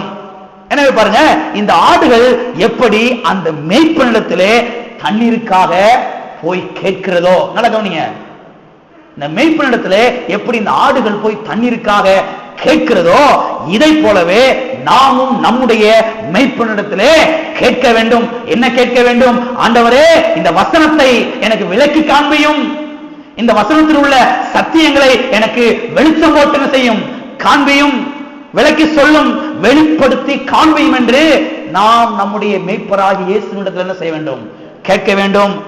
அனைவரும் என்ன பண்ணிடுறாங்க, ஒண்ணு விளங்க சொல்லி மூடி வச்சிடறாங்க, ஒன்னும் புரியலையே என்று என்ன செய்யறாங்க, மூடி வைத்து விடுகிறார்கள். அப்படி மூடி வைக்க கூடாது. என்ன பண்ணணும், இந்த ஆடுகள் எப்படி போய் மேய்ப்பனிடத்துல தண்ணீருக்காக கேட்கிறதோ அதை போலவே நம்முடைய மேய்ப்பராக இயேசுவிடத்திலே நாம் கேட்க வேண்டும். பரிசுத்த ஆவியானவரே, இயேசுவே இந்த வசனத்தை எனக்கு விளக்கி காண்பியும், விளக்கி சொல்லும், இந்த வசனத்தின் ஆழத்தை நான் பார்க்க என் கண்களை திறந்தருளும், என் கண்களை திறந்தருளும். இந்த வசனத்தில் இருக்கக்கூடிய சத்தியத்தை நான் அறிந்து கொள்ள என் கண்களை நீர் பிரகாசமாக்கி விடும் என்று என்ன செய்ய வேண்டும், நான் ஜெபிக்க வேண்டும். எத்தனை பேர் அப்படி ஜெபிக்க போறீங்க? இனிமேல் ஒன்னும் புரியலன்னு சொல்லி மூடி வச்சிடாதீங்க, ஒன்னும் புரியலன்னு சொல்லி மூடி வச்சிடாதீங்க. ஒரு பிரசங்கர் பாருங்க, அவர் பிரசங்கர் ஆகிறதுக்கு முன்னாக அவர் வேற ஒரு பின்னணியில் சேர்ந்த மனுஷன், தென்கொரியா என்ற தேசத்தில் இருக்கிறாரு, பாலி ஆங்கிச்சோ என்கிற பிரசங்கர். இப்ப பிரசங்கர் இருக்கிறார். அப்போ ஒரு சாதாரண மனுஷனா இருந்தவர். இந்த 2 நுரையீரலுமே ஃபெயிலியர் ஆயிடுச்சான். டாக்டர் சொல்லிட்டாங்களா, இந்த பையன் 17 வயசு 18 வயசுல செத்து போயிடுவான் அப்படின்னு சொல்லி பாருங்க சொல்லிட்டாங்க டாக்டர் எல்லாம். உடனே இந்த பையனும் அவங்க அம்மா அப்பாவும் சாவுக்காக எதிர்பார்த்து கொண்டே இருந்திருக்கிறாங்க. எப்பவுமே சாவான். ஏன்னா அவங்க வீட்டுல பிள்ளைங்க 7-8 பிள்ளைங்க, இவர் தான் மூத்த பையன். அதனால அவங்க அம்மா அப்பா சொல்லிட்டாங்களா, தம்பி உனக்கு பின்னாடி 7 பேர் இருக்கிறாங்க, அவங்களெல்லாம் நாங்க சாப்பாடு போடணும்பா, அதனால நீங்க எங்கேயாவது போய் பழச்சுக்க, அப்படி சாகுறது செத்துன்னு சொல்லி வீட்டை விட்டு பத்திட்டாங்களாம் பாருங்க இந்த ஆளை. இவர் எனவே பாருங்க, அவங்க மாமா வீட்டுல போய் தங்கியிருந்தாராம். மாமா வீட்டுல போய் சொன்னாரா, நீங்க சாப்பாடுலாம் எனக்கு போட வேணாம், உங்க வீட்டு திண்ணையில வச்சுக்கிறேன், கொஞ்சம் நானு படுத்துக்கிறேன் அப்படின்னு சொல்லி பெருங்க போய் படுத்து கொண்டாராம். அப்படி படுத்து கொண்டிருந்த அந்த நேரத்துல அந்த தென்கொரியா தேசத்துல இருக்கக்கூடிய ஒரு பெரிய கோடீஸ்வரன் வீட்டுல இருக்கக்கூடிய ஒரு சிறு பிள்ளை இடத்துல கர்த்தர் பேசினாராம். அந்த தெருவுல ஒரு ஆள் படுத்திருக்கிறான், அவன்கிட்ட போய் இந்த புதிய ஏற்பாடை போய் கொடுத்துட்டு வா என்று பாருங்க. அந்த சிறு பெண்ணிடத்துல ஒரு 7ஆம் வகுப்பு 8ஆம் படிக்கிற அந்த சின்ன பிள்ளைகளிடத்துல கர்த்தர் சொன்னாராம் பாருங்க. எனவே பாருங்க, இந்த பிள்ளை அந்த புதிய ஏற்பாடை எடுத்துக்கிட்டு வேகமா போச்சான். போனா இந்த பிள்ளைக்கு ஏற்கனவே பயம், நடுக்கம், கிட்டு கிட்டு கிட்டு நடுங்கிட்டே போகுது. ஏன்னா அவங்க தேசத்துல பெண்கள் சும்மா அனாவசியமா தெருவில் நடக்கவே கூடாது. அப்படிப்பட்ட பாரம்பரியத்தை சேர்ந்த நாடு அந்த நாடு. பெண்கள் நடக்கக்கூடாது, சும்மா நடக்கக்கூடாது. அது மாத்திரமல்ல, பெண்கள் சும்மா போய் ஆண்கள்கிட்ட யாரும் பேசவே கூடாது. ஆண்கள்கிட்ட பேசினா பெரிய பெரிய குற்றமாயிரும். எனவே இந்த பிள்ளை ஒரு பெண் பிள்ளையா இருக்கிறனால, இது சின்ன பிள்ளையா வேற இருக்குது, பயந்துகிட்டே பாருங்க இந்த புதிய ஏற்பாடை கொண்டு போய் கொடுத்துச்சாம் பாருங்க. ஏற்கனவே அவங்க தேசம் புத்த தேசம், புத்த மதம். இவர் ஒரு புத்தன், 2 நுரையிலும் ஃபெயிலியர் ஆல்ரெடி, எப்ப சாக போறாரு படுத்திருக்கிறாரு. இந்த பிள்ளைக்கு போய் இந்த பிள்ளைகிட்ட கர்த்தர் பேசி பாருங்க, இந்த புதிய ஏற்பாடை கொடுக்க சொன்னாராம். கொடுக்க சொன்ன மாத்திரம் இந்த பொண்ணு போய் கொடுத்துச்சான். இந்த பிள்ளை போய் பக்கத்துல நின்று ஓன்னு அழுதுகிட்டே நின்றுச்சான் பாருங்க. அழுதுகிட்டே நின்றுச்சான். இவர் கேட்டாராம், என்ன பாப்பா வேணும் உனக்கு? இந்த புத்தகத்தை படிங்க அப்படின்னு சொல்லி. இதை படிக்கணும் அவ்வளவுதானே, சரி வச்சுட்டு போ அப்படின்னு சொல்லி பத்தி விட்டுட்டாரான். பத்தி விட்டுட்டா இவர் எடுத்து, சரி என்னதான் போட்டிருக்கு கொஞ்சம் பார்ப்போமே, இதெல்லாம் இந்த பொண்ணு கொடுத்து அழுதுச்சே அப்படின்னு சொல்லி புதிய ஏற்பாட்டை திறந்து 1வது பக்கத்தை திறந்து பார்த்தாராம். அவன் அவனை பெற்றான், இவன் இவனை பெற்றான், இவன் இவனை பெற்றான் அப்படி வந்துச்சான். இவருக்கு வந்துச்சான் பாருங்க கோபம். எவனை பார்த்தா எனக்கு என்னடா, எவனை பார்த்தா எனக்கு என்ன, நானே உயிருக்கு போராடிக்கிட்டு இருக்கிறேன், நான் என்னைக்கு சாவுன்னு சொல்லி எனக்கே தெரியல, இன்னைக்கு சாவன நாளை காலைல சாவனான்னு எனக்கே தெரியல, எவனை பார்த்தா என்ன, இந்த புத்தகத்தை படிக்கிறதுக்கு அந்த பிள்ளை இப்படி அழுது கொடுத்துட்டு போச்சு அப்படின்னு சொல்லிட்டு மூடி வச்சுட்டார பாருங்க வேம கோபத்துல. இந்த பொண்ணு 2 3 நாள் கழிச்சு மறுபடியும் வந்துச்சான். மறுபடியும் கேட்டுச்சான், அந்த புத்தகத்தை படிச்சீங்களா அப்படின்னு சொல்லி. இவருக்கு பாருங்க பயங்கரமா, இவருக்கு இங்கிலீஷ் ஒன்றும் தெரியாதான், தாறுமாற பிடிச்சி வர்ற இங்கிலீஷ்ல வந்தாரா, டாக் வந்தாராம், நாயேன்னு வந்தாராம் பாருங்க. வர்ற இங்கிலீஷ்ல ஸ்டார்ட் போட்டு திட்டினாராம். அந்த பிள்ளைக்கு ஒன்றும் புரியல, என்னடா எதுக்கு திட்டுறாருன்னு சொல்லி. எதுக்கு திட்டுறீங்கன்னு கேட்டவனே அவர் சொல்லிச்சான், ஏமா அவனை பத்தான்னு போட்டிருக்குது, இந்த புத்தகத்தை படிக்கிறதுக்கா நீ இந்த மாதிரி அழுத அப்படின்னு சொல்லி அவர் கேட்டாராம் பாருங்க. உடனே இந்த பிள்ளைக்குள்ள பரிசுத்த ஆவியானவர் வேலை செய்ய ஆரம்பிச்சாராம். அவன்கிட்ட அந்த ஒரு கேள்வி நீ கேளு அப்படின்னு சொல்லி. உடனே அந்த பொண்ணு ஒரு கேள்வி கேட்டுச்சா பாருங்க, ஆமா நீங்க மீன் சாப்பிடும் பொழுது அப்படியே மீன் எடுத்து விழுங்கிடுவீங்களா அப்படின்னு சொல்லி கேட்டுச்சான் பாருங்க இந்த பொண்ணு. இவரு யோசித்தாராம், இல்ல முள்ளெல்லாம் எடுத்து வச்சுட்டு அந்த சதையை மாத்திரம் தான் சாப்பிடுவேன் அப்படின்னு சொல்லி அவர் சொன்னாராம் பாருங்க. அதுக்கு இந்த பொண்ணு சொல்லிச்சான், அப்ப விளங்குற காரியத்தை படிங்க, விளங்காத காரியத்தை ஓரத்தில் வச்சிருங்க அப்படின்னு சொல்லிட்டு போயிருச்சான் பாருங்க. அவர் சொல்றாரு, அதுக்கு பிறகு அந்த பெண்ணை நான் வாழ்க்கையில பார்த்ததே கிடையாது. அப்படியே வாசிச்சுக்கிட்டே போனேன். வாசிச்சுக்கிட்டே போகும் பொழுது யோவான் எழுதின சுவிசேஷம் 3ஆம் அதிகாரம் 16ஆம் வசனத்தை வாசிக்கும் பொழுது அங்க சொல்லப்பட்டிருக்கிறது, தேவன் தம்முடைய ஒரே பேரான குமாரனாகிய இயேசு கிறிஸ்துவை விசுவாசிக்கிறவன் எவனோ அவன் கெட்டு போகாமல் நித்திய ஜீவனை அடையும்படிக்கு இயேசுவை தந்தரளி இவ்வளவாய் அன்பு கூர்ந்தார். இயேசுவை விசுவாசிக்கிறவன் கெட்டு போக மாட்டான், அவன் சீக்கிரத்தில் மரித்து போக மாட்டான். பாருங்க, அந்த வசனத்தின் மூலமாக ஆவியானவர் அன்னைக்கு பேசினாராம் பாருங்க. அன்னைக்கு அவர் இயேசு ஏற்றுக்கொண்டாரா, 2 நுரையிலும் அன்றைக்கே சுகமாயிருச்சாம் பாருங்க. அன்னைக்கு 2 நுரையிலும் சுகமாகி இன்னைக்கு கிட்டத்தட்ட பாருங்க 60 வயசை தாண்டிட்டார், இன்னும் சாகர உயிரோட தான் இருக்கிறார். தென்கொரியா தேசத்துல அங்க அவருடைய சபையில அவர் இருக்கிறார். அவங்க சபையில கிட்டத்தட்ட 10 வருஷத்துக்கு முன்னாகவே 11 லட்சம் விசுவாசிகள் இருக்கிறாங்க. 10 வருஷத்துக்கு முன்பதாகவே அவங்க சபைக்கு ஞாயிற்றுக்கிழமை ஆராதனைக்கு வரக்கூடிய ஆட்கள் எவ்வளவுனா 11 லட்சம். எண்ணி பாருங்க, அந்த மனுஷன் நம்பி கர்த்தர் கொடுத்திருக்கிறார். ரைட், விஷயத்துக்கு வருவோம். அப்ப என்ன விஷயம்னா கவனிங்க, நமக்கு விளங்குற காரியத்தை என்ன செய்யணும், படித்துக்கொண்டே போகணும். விளங்கலையே சொல்லி என்ன செய்யக்கூடாது, வேதத்தை மூடி வச்சிட கூடாது. விளங்கலையா உடனே என்ன பண்ணணும், ஆண்டவரே இந்த வசனத்தை செய்ய நீர் எனக்கு விளக்கி காண்பியும், விளக்கி சொல்லும், இந்த வசனத்தை நான் அறிந்து கொள்ளும்படி என்னுடைய கண்களை திறந்தருளும், என்னுடைய கண்களை பிரகாசமாக்கும் என்று என்ன செய்ய வேண்டும், ஜெபிக்க வேண்டும். எத்தனை பேர் ஜெபிக்க போறீங்க? ஆமே. விளங்க சொல்லி மூடி வச்சிடாதீங்க, ஒன்னும் புரியல அவனை பார்த்தான்னு சொல்லி குழம்பிடாதீங்க. தொடர்ந்து படிங்க. தொடர்ந்து படிக்கும் பொழுது தேவாதி தேவன் உங்களோட என்ன செய்வார், பேசுவார். உங்களோட கூட என்ன செய்வார், மெய்யாகவே இடைவிடுவார். ஒரு உதாரணத்தை நாம் சத்தியவேதத்திலே பார்ப்போம். லூக்கா எழுதின சுவிசேஷம் 24ஆம் அதிகாரம் 25 முதல் 27 வரைக்கும் நான் வாசிக்கிறேன், எல்லாரும் கவனிங்கள். அப்பொழுது அவர் அவர்களை நோக்கி, தீர்க்கதரிசிகள் சொன்ன யாவையும் விசுவாசிக்கிறதற்கு புத்தி இல்லாத மந்த இருதயம் உள்ளவர்களே, மந்த இருதயம் உள்ளவர்களே, கிறிஸ்து இவ்விதமாய் பாடுபடவும் தமது மகிமையில் பிரவேசிக்கவும் வேண்டியதில்லையா என்று சொல்லி மோசே முதலிய சகல தீர்க்கதரிசிகளும் எழுதின வேத வாக்கியங்களை எல்லாவற்றிலும் தம்மை குறித்து சொல்லியவைகளை அவர்களுக்கு விவரித்து காண்பித்தார். அவர்களுக்கு என்ன செய்தார்? விவரித்து காண்பித்தார். கவனிங்க, இங்கே உயிர்த்தெழுந்த இயேசு கிறிஸ்து தம்முடைய சீசர்களுக்கு வேத வாக்கியங்களை எல்லாம் விவரித்து காண்பிக்கிறதை குறித்து நாம் வாசிக்கிறோம். எதை விவரித்து காண்பிக்கிறார்? வேத வாக்கியங்கள் எல்லாவற்றையும் விவரித்து காண்பிக்கிறார். மோசே எழுதின சகல புஸ்தகங்களையும், அதாவது ஆதியாகமம், யாத்ராகமம், லேவியராகமம், உபாகமம், என்னாகமம், இந்த புஸ்தகத்திலிருந்து தான் எடுத்து விளக்கி காண்பிக்கிறாரு. அது மாத்திரமல்ல, மற்ற சகல தீர்க்கதரிசிகள் எழுதின மற்ற புஸ்தகங்களிலிருந்து எடுத்து பாருங்க, வசனத்தை விளக்கி காண்பிக்கிறார். தம்மை குறித்து எழுதியிருக்கிற காரியங்களை எடுத்து செய்யறாரு, விளக்கி காண்பிக்கிறார். வேத வாக்கியங்களை விளக்கி காண்பிக்கிறார். எல்லாரும் கரங்களை வைத்து சொல்லுவோம், வேத வாக்கியங்களை எல்லாம் விவரித்து காண்பிக்கிறார். எனவே பாருங்க, நாம் எதை ஆண்டவரிடத்திலே அதிகமாய் கேட்க வேண்டும்? நாம் எதை ஆண்டவரிடத்திலே அதிகமாய் கேட்க வேண்டும் என்று சொன்னால், வேத வாக்கியங்களை விவரித்து காண்பிக்கும்படியாக கேட்க வேண்டும். எத்தனை ஆமென் சொல்றீங்க? வேத வாக்கியங்களை விவரித்து காண்பிங்க ஆண்டவரே, இந்த சத்தியத்தை எனக்கு புரியும்படியாக எனக்கு சொல்லிக் கொடுங்க ஆண்டவரே என்று பாருங்க, ஆண்டவரிடத்தில் என்ன செய்ய வேண்டும்? கேட்க வேண்டும். ஆனால் நாம் எதை கேட்டே பழகிவிட்டோம்? நாம் எதை கேட்கணும்? வேத வாக்கியங்களை விவரித்து காண்பிங்க ஆண்டவர் என்று நாம் கேட்க வேண்டும். ஆனால் நாம் எதை கேட்டே பழகிவிட்டோம் என்று சொன்னால், ஆண்டவரே எனக்கு சட்டையை தாங்க, எனக்கு வேஷ்டியை தாங்க, எனக்கு சேலையை தாங்க, எனக்கு பாவாடையை தாங்க, அப்படின்னு சொன்னோம், கேட்டு பழகிவிட்டோம்.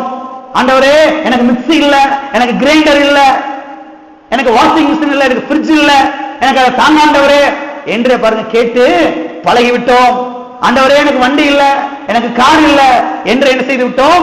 கேட்டு பழகிவிட்டோம். கவனிங்க, இதையெல்லாம் கேட்பது தவறு கிடையாது. ஏனென்றால் சத்திய வேதம் சொல்லுகிறது, ஆண்டவராகிய இயேசு கிறிஸ்து சொன்னார், கேளுங்கள் அப்பொழுது கொடுக்கப்படும், கேளுங்கள் அப்பொழுது உங்கள் சந்தோஷம் நிறைவாகும்படி பெற்றுக்கொள்வீர்கள். இதெல்லாம் கேட்பது தவறு கிடையாது.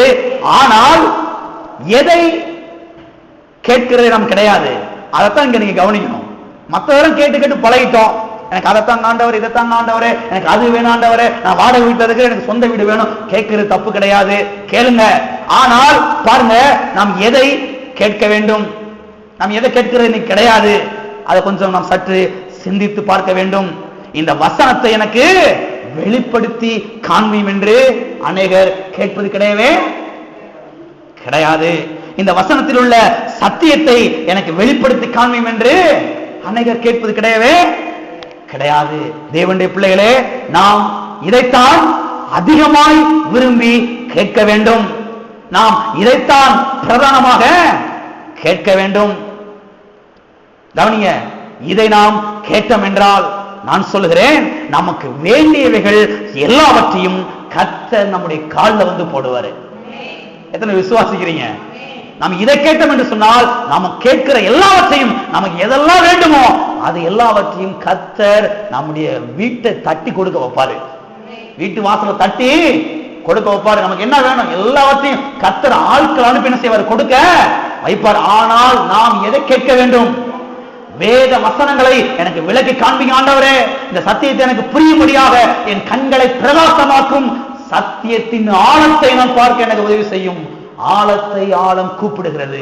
ஆழத்திலே அவருடைய அதிசயங்களை காண்கிறார்கள். கர்த்தாவே, சத்தியத்தின் ஆழத்தை நான் பார்க்க எனக்கு உதவி செய்யும் என்று நாம் கேட்க வேண்டும். அப்படி கேட்கிற வேளையிலே நமக்கு வேண்டியவைகள் எல்லாம் கர்த்தர் நமக்கு வேண்டி மட்டும் கொடுப்பது மட்டுமல்ல, அதற்கும் மேலாக என்ன செய்கிறார்? கர்த்தர் கொடுக்கிறார். ஆமென்.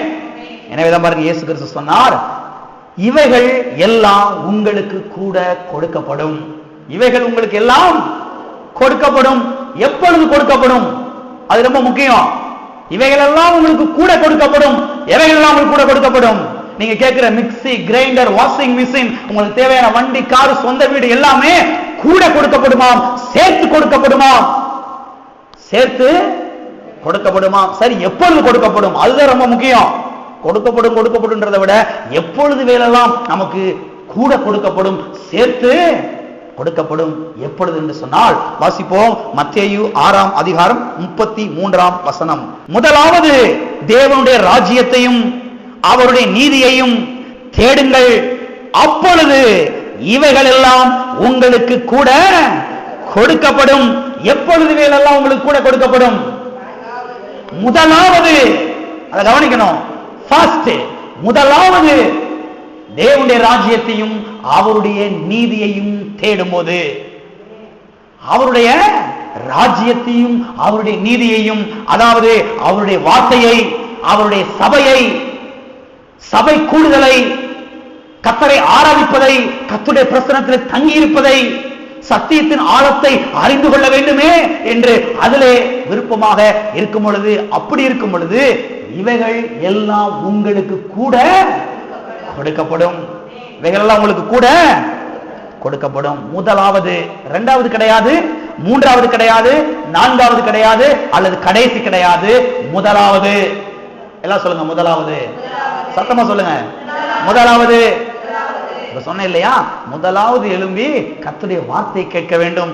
உங்களை கர்த்தருடைய வார்த்தையினாலே போஷிக்க வேண்டும். முதலாவது எந்திரிச்ச உடனே என்ன செய்யக்கூடாது? சட்டிப்பாடி தூக்க கூடாது. எந்திரிச்ச உடனே பழைய துணியில எடுத்து முக்கி வச்சுக்கிட்டு இருக்க கூடாது. எந்திரிச்ச உடனேயே என்ன பண்றது, ஏது பண்றது, காய் எடுத்து சிலர் நறுக்கிட்டு இருப்பாங்க. பாத்தீங்கன்னா காலை 3 மணிக்கு எந்திரிச்சு முட்டைக்கோசம் நறுக்கிட்டு இருப்பாங்க, கேரட் போட்டு செய்வாங்க, சிக்கு சிக்கு நறுக்கிட்டு இருப்பாங்க. கர்த்தர் சொல்றாரு, முதலாவது என்னைய தேடு, என்னுடைய வார்த்தையை தேடு, என்னுடைய ராஜ்யத்தை தேடு, எனக்கு பிரியமானவர்களை தேடு. இவைகளை தேடினாய் என்று சொன்னால் இவைகள் எல்லாம் உனக்கு கூட கொடுக்கப்படும், கூட கொடுக்கப்படும். எனவே பாருங்க, முதலாவதாக வசனத்தை குறித்த வெளிப்பாட்டை தேட வேண்டும். அதை அதிகமாக என்ன செய்ய வேண்டும்? விரும்ப வேண்டும். ஆமென். ஓகே. அது மட்டுமல்ல, ஆடுகள் பாருங்க, கிணற்றிலிருந்து தண்ணீரை பெற்றுக்கொள்ள இந்த ஆடுகள் என்ன பண்ணுமாம்? இந்த ஆடுகள் அந்த மேய்ப்பனை அப்படி சார்ந்து கொள்ளுமாம். இந்த ஆடுகள் யாரை சார்ந்து கொள்ளும்? மேய்ப்பனை சார்ந்து கொள்ளும். ஏன்னா இந்த ஆடுகள் கிணத்துக்குள்ள இறங்கி போய் தண்ணி மொந்துட்டு வந்து குடிக்க முடியாது, உள்ள போய் குடிக்க முடியாது, உள்ள எட்டி பார்க்கவே முடியாது. எட்டி பார்த்தா உள்ள என்ன செஞ்சிடும்? விழுந்துரும். எனவே பாருங்க, இந்த ஆடுகள் என்ன பண்ணுமாம்? இந்த மேய்ப்பனை 100% சார்ந்து கொள்ளுமாம். கவனிங்களே, இதை போலத்தான் நாமும் நம்முடைய நல்ல மேய்ப்பனாகிய இயேசு கிறிஸ்துவை சார்ந்து கொள்ள வேண்டும். யாரை சார்ந்து கொள்ள வேண்டும்? இயேசு கிறிஸ்துவை சார்ந்து கொள்ள வேண்டும். நம்முடைய சுய பலத்தை சார்ந்து கொள்ள கூடாது, நம்முடைய சுய புத்தியை சார்ந்து கொள்ள கூடாது, நம்முடைய சுய அறிவை சார்ந்து கொள்ள கூடாது. இன்னைக்கு அநேகர் பாருங்க, தங்களுடைய சுய புத்தியை சார்ந்து கொள்கிறதை நாம் பார்க்கிறோம், தங்களுடைய சுய பலத்தை அவர்கள் சார்ந்து கொள்வதை நாம் பார்க்கிறோம். எனக்கு நல்ல ரத்தம் இருக்குது, நான் நல்ல ரத்தம் இருக்கிற வரைக்கும் நான் சம்பாதிப்பேன். அப்படிப்பட்ட ஆட்கள் நம்ம எங்கேயாவது விழுந்துடுறது கடைசியில. எனக்கு நல்ல ரத்தம் இருக்குது, நான் நிறைய படிச்சிருக்கேன், எனக்கு புத்தி நிறைய இருக்குது, எனக்கு அறிவு நிறைய இருக்குது.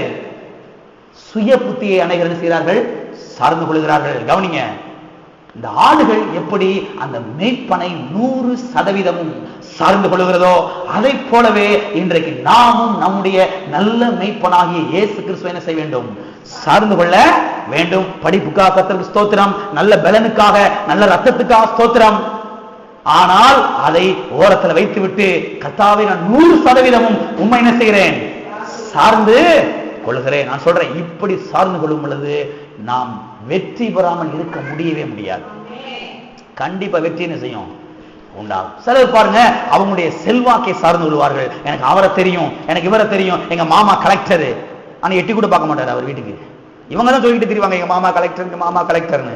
அவர் வீட்டு வாசல கூட நினைச்ச மாட்டார், மிதிக்கவே. நம்ம சொல்ற நம்ம பாச சொல்லுவாங்க இல்லையா, கலெக்டர் மாமா மாமா பீத்திக்கிட்டு திரிறாரு. நம்ம வேணா பீத்திக்கிட்டு தெரியலாம், ஆனா ஒன்னாக போறது கிடையவே கிடையாது. ஆனால் வானத்திலும் பூமியிலும் மேலானவர் நல்ல மேய்ப்பனாக இயேசு அவர் இருக்கிறார். அவரால் எல்லாம் முடியும், அவரால் எல்லாம் முடியும், அவரால் வெற்றி தர முடியும், அவரால் ஜெயிக்க வைக்க முடியும், அவர் இந்த காரியத்துல ஒரு பெரிய அற்புதத்தை செய்ய முடியும். எனவேதான் பாருங்க, அவரை நாம் சார்ந்து கொள்ள வேண்டும். இந்த ஆடுகள் எப்படி மேய்ப்பனை சார்ந்து கொள்கிறதோ, அதே போல நாமும் நம்முடைய நல்ல மேய்ப்பனாகிய இயேசு கிறிஸ்துவை என்ன செய்ய வேண்டும்? சார்ந்து கொள்ள வேண்டும். வாசிப்போம் நீதிமொழிகள் 3ஆம் அதிகாரம் 5ஆம் வசனம். உன் சுய புத்தியின் மேல் சாயாமல் உன் முழு இருதயத்தோடும் கர்த்தரில் நம்பிக்கையா இருந்து உன் வழிகள் எல்லாம் அவரை நினைத்துக்கொள், அப்பொழுது அவர் உன் பாதைகளை செவ்வாய்ப்படுத்துவார். என்ன சொல்றாரு? அப்பொழுது நீ போகிற வழியிலே வெற்றி பெறுவாய் என்று சொல்கிறார். எப்பொழுது வெற்றி பெறுவாய்? நீ உன் சுய புத்தியை சாராமல், நீ உன் சுய பலத்திலே நிற்காமல், நீ கர்த்தர் மேலே முழு மனதாக சார்ந்து கொண்டு நிற்கும் பொழுது, கர்த்தர் பேரிலே பற்றுதலாய் இருக்கும் பொழுது, உன் வழிகள் எல்லாம் அவரை நீ நினைத்துக் கொள்ளும் பொழுது என்ன நடக்குமா? அப்பொழுது அவர் உன் பாதைகளை செவ்வாய்ப்படுத்துவார். அப்பொழுது நீ உன் பாதையிலே வெற்றி பெறுவாய். அப்பொழுது நீ உன் பாதையிலே செழிப்பு அடைவாய். பாருங்க, நாம் நம்முடைய சுய புத்தியை சாரக்கூடாது, சாரக்கூடாது. எங்க மாமா அவ்வளவு பெரியவர், எங்க சித்தப்பா அவ்வளவு பெரியவர், இருட்டு போட்டோம், கர்த்தருக்கு ஸ்தோத்திரம். ஆனால் அவர்களை நாம் என்ன செய்யக்கூடாது? சார்ந்து கொள்ள கூடாது. உன் முழு இருதயத்தோடும் கர்த்தரை சார்ந்து கொள். பக்கத்துல கையை பிடிச்சு சொல்லுங்க. நல்ல சந்தோஷமான விஷயம் இல்லையா அது? எல்லாம் சொல்லுங்க. உங்கள் முழு இருதயத்தோடும் கர்த்தரை சார்ந்து கொள்ளுங்கள்.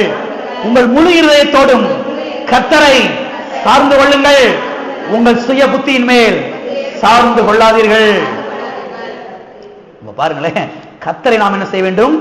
சார்ந்து கொள்ள வேண்டும். கர்த்தரை நாம் சார்ந்து கொள்ளும் போதுதான் நாம் தாகம் தீர்க்கப்படுகிறோம், நாம் வெற்றி பெறுகிறோம், நாம் செழிப்பு அடைகிறோம். எனவே பாருங்க, அந்த ஆடுகள் கிணற்றிலிருந்து எனக்கு தண்ணீரை ஒன்று ஊற்றும் என்று மெய்ப்பனிடத்திலே கேட்பதை போல நாமும் நம்முடைய மெய்ப்பனாக இயேசுவினிடத்திலே கேட்க வேண்டும். ஆகவே ஆடுகள் இரண்டாவதாக தண்ணீரை எங்கே இருந்து பெற்றுக் கொள்ளுகிறது என்று சொன்னால், ஆழமான கிணறுகளில் இருந்து என்ன செய்கிறது? தண்ணீரை பெற்றுக் கொள்ளுகிறது. ரைட். மூன்றாவது காரியத்தை பார்ப்போம். மூன்றாவதாக எங்கே இருந்து தண்ணீரை இந்த ஆடுகள் பெற்றுக் கொள்ளுகிறது? எங்கே இருந்து பெற்றுக் கொள்ளுகிறது சொன்னால், from springs, brooks and water channels. நீரூற்றுகள், ஓடைகள், நீர்க்கால்கள், அதாவது வாய்க்கால்களில் இருந்து தண்ணீர் என்ன செய்கிறது? பெற்றுக் கொள்ளுகிறது. இதில் நீங்கள் பார்த்து என்று சொன்னால், இந்த ஆடுகளுக்கு இந்த நீரூற்றுகள், ஓடைகள், வாய்க்கால்கள் எங்க இருக்கிறது என்று இதுக்கு தெரியாது. அது போய் எங்கடா ஓடை தேடி கிடக்கிறது கிடையாது, எங்கடா ஊற்று இருக்குது என்று இந்த ஆடுகள் போய் தேடுறது கிடையவே கிடையாது. எல்லாத்தையும் யாரு பாத்துக்கிறா? எல்லாவற்றையும் மெய்ப்பன் பாத்துக்கிறாரு. அது மெய்ப்பனுடைய வேலை. இதோட வேலை என்ன வேலை? போய் நல்லா குடிக்கிற வேலை. தண்ணிய ஓடைய காமிச்சா, ஊற்ற காமிச்சா போய் நல்லா குடிக்கும். எத்தனை ஒரு ஊற்று தண்ணி குடிச்சிருக்கீங்கன்னு தெரியல, நல்ல டேஸ்டா இருக்கு இல்லையா? அந்த மண் வாசனை அப்படியே இருக்கும், அப்படியே என்ன குடிப்பாங்க. இந்த ஆடுகளுக்கு போல அது ரொம்ப பிடிக்கும் போல, இந்த மண் வாசனையோடு குடிக்கும் போல நல்ல ஊற்று தண்ணீர். என்ன பிறகு இந்த ஆடுகளுக்கு இந்த நீரூற்றுகள், ஓடைகள், வாய்க்கால்கள் இதெல்லாம் எங்கே இருக்கிறது தெரியாது. ஆனால் மெய்ப்பன் இந்த ஊற்றுகள், இந்த ஓடைகள், வாய்க்கால்கள் எங்கே இருக்கிறது என்பதை இந்த மெய்ப்பன் நன்றாக அறிந்து வைத்திருக்கிறான். அறிந்து வைப்பது மட்டுமல்ல, நீங்க இந்த ஆடுகளை அங்கே நடத்தி செல்கிறான்.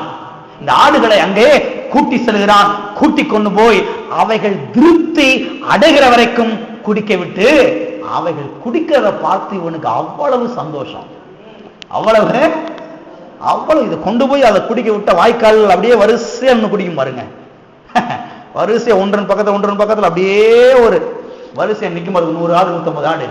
அதை குடிக்கிறது இவன் குச்சியை ஊண்டி பக்கத்துல நின்றுட்டு அதை பாப்பா பாருங்க. ஆடுகள் எவ்வளவு நல்லா குடிக்குது, ஆடு நல்லா புஷ்டியா இருக்குது, நல்லா சுகமா இருக்குது, நல்லா கொழுகுலுன்னு இருக்குது. அவனுக்கு அவ்வளவு சந்தோஷம், அவனுக்கு அவ்வளவு மகிழ்ச்சி.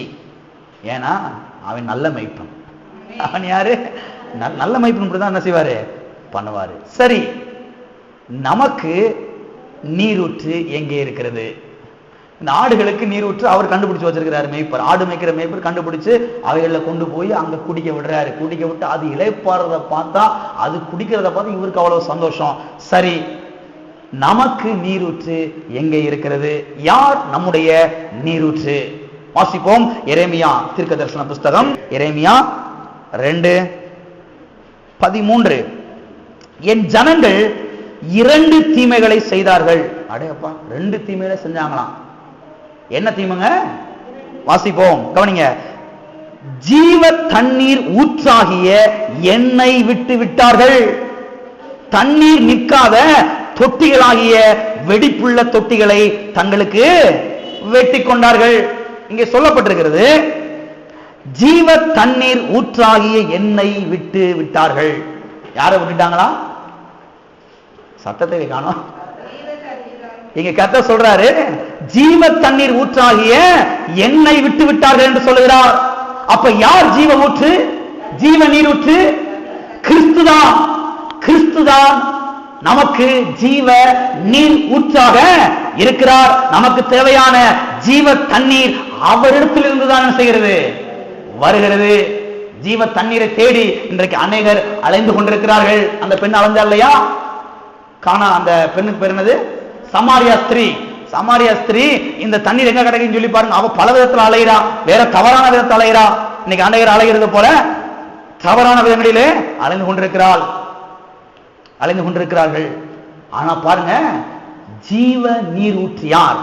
கிறிஸ்துதான் ஜீவ நீரூற்றாக இருக்கிறார். எனவேதான் பாருங்க, ஆண்டவராய் இயேசு கிறிஸ்து மனுஷனாக வந்தபோது அவர் சொன்னார், நான் உனக்கு ஜீவ தண்ணீரை கொடுக்கிறவர், நான் உனக்கு ஜீவ தண்ணீரை கொடுக்கிறவர், நான் உனக்கு கொடுக்கும் தண்ணீர் உனக்குள்ளே நித்திய ஜீவகாலமாக ஊறுகிற நீர் ஊற்றாக என்ன செய்கிறது, இருக்கிறது என்று சொன்னார். எனவே நாம் எங்கே தாகம் தீர்க்கப்படுகிறோம் என்று சொன்னால், ஜீவ தண்ணீர் ஊற்றாகிய கிறிஸ்துவிடத்திலேதான் நாம் தாகம் தீர்க்கப்படுகிறோம். எங்கே தாகம் தீர்க்கப்படுகிறோம்?